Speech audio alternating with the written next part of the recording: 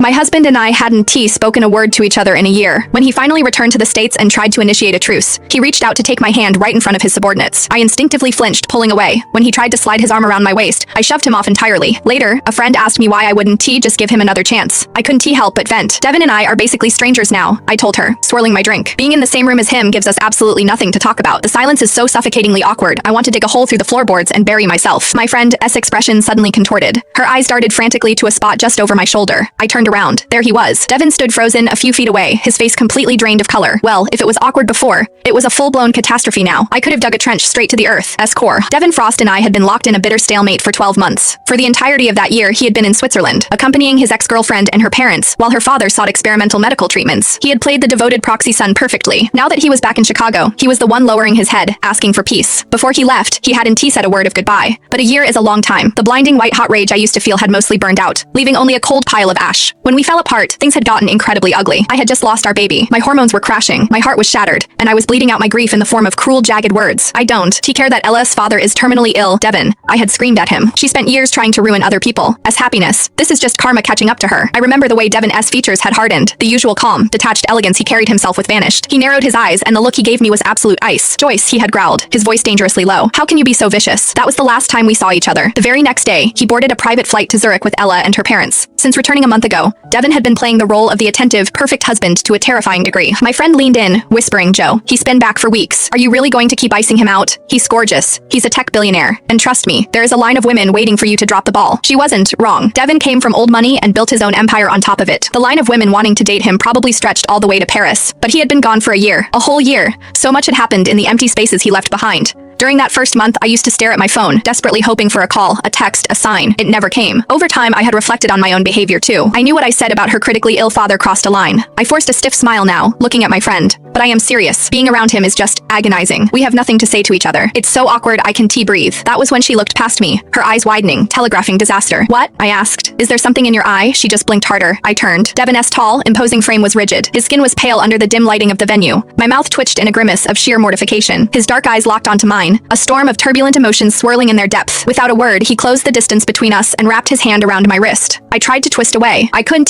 His grip was an iron vice. He marched me straight to the elevator, down to the parking garage, and practically folded me into the passenger seat of his Aston Martin. I watched him from the corner of my eye. His jaw was clenched so tight I thought it might shatter. A year ago, our marriage was a well-kept secret. The media didn't know the CEO of Novatech was a married man, but they certainly knew about his storied dramatic past with Ella. The moment the engine purred to life, the Bluetooth synced to a local celebrity gossip podcast. Recent sightings of Novatech's Devin Frost strolling through a scenic village in the Swiss Alps with his former flame, Ella, and her parents. Frost has spent the better part of the last year abroad, reportedly funding her father's treatments. Sources close to the couple say the old spark is definitely back. Devin slammed his hand against the console, killing the audio instantly. I didn't yell. I didn't demand an explanation, the way I would have a year ago. There was simply no point anymore. A year ago, the first snowstorm of the season, I was walking to the train after work. The drop in temperature had been sudden, catching the city completely off guard. The sidewalks were a sheet of black ice beneath a dusting of white. I slipped. It was just a fall, but the sheer volume of blood that followed was terrifying. Against the pristine white snow of the pavement, the bright violent red was blinding. Bystanders and a coworker who had been walking behind me panicked. I laid there entirely numb, save for a heavy agonizing pulling sensation in my lower abdomen. The ambulance took me to Northwestern Memorial.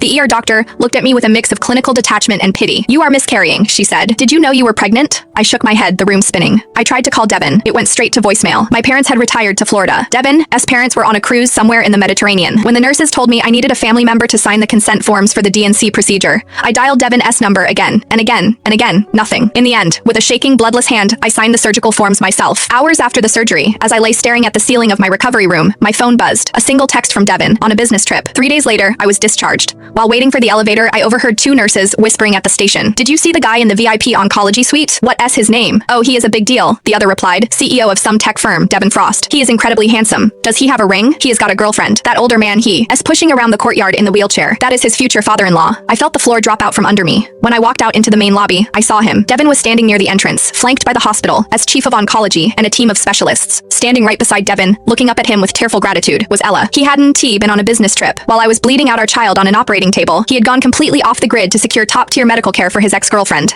parents. The night I got home from the hospital, I waited for him in the dark. When he finally walked in, I asked him point blank why he was at the hospital with Ella. He frowned, loosening his tie. Are you having me followed? I dug my nails into my palms to keep my voice steady. You lied to me, Devin. You said you were out of town. I saw you with Ella this morning. She's your ex. Do boundaries mean absolutely nothing to you? Devin looked at me, his expression infuriatingly calm. Joe, yes, she is my ex, but she isn't my enemy. He spoke to me with the slow, measured cadence of someone explaining a math problem to a child. I was at the hospital because her father is critically ill. When you called me, I was genuinely out of state meeting with a medical board on his behalf. I didn't lie to you, but for the entire month leading up to that day, I had noticed the shift. I'd wake up at 2 a.m. to find the space beside me empty, Devin pacing the hallway with his phone pressed to his ear. Once walking past his home office, I heard muffled, panicked crying coming through the speaker. I saw my husband's broad silhouette standing in the dark, his voice a soft, intimate murmur. I know, I am here, Don T, be scared. I'll come over first thing tomorrow. He hadn't come back to our bed that night. He left before the sun came up. I knew the voice on the other end was Ella. Devin, I said, my chest tight. She's been texting you for a month. You come home past midnight. You always with her. She knows you are a married man, so why does she keep pulling you away? This is an emotional affair, and she knows exactly what she's doing. Devin, sighs turned glacial. Joyce, stop. She is not trying to ruin our marriage. The immediate defensive way he shielded her was the spark that ignited my breaking point. Her father was just diagnosed with stage 4 lung cancer, he said sharply. Can you stop being so relentlessly cruel for 1 second? A wave of intense, suffocating grief crashed over me. I had laid in an ICU bed alone. I had signed the papers to remove the child we lost from my body alone, and he had been holding her hand, moving mountains to find doctors for her father. I don't care, Devin, I screamed, tears finally spilling over. It is karma. It is what she deserves. The second the words left my mouth, I saw the exact moment I lost him. A dark, terrifying fury settled over his features. His voice was a whip of cold air. Joyce, how can you be so vicious? He didn't say another word to me. He just looked at me, a look of profound alienation and disgust. Then he walked out. That one screaming match birthed a silence that lasted a year. When Ella's father took a turn for the worse, she decided to seek alternative therapies in Europe. Devin went with them. The day he packed his bags, he glanced at me one last time. His eyes were devoid of any warmth, just a barren, freezing indifference. I knew right then that we were over. We didn't file for divorce. We just stopped existing to each other. Months later, when I heard through the grapevine that her father's condition was deteriorating,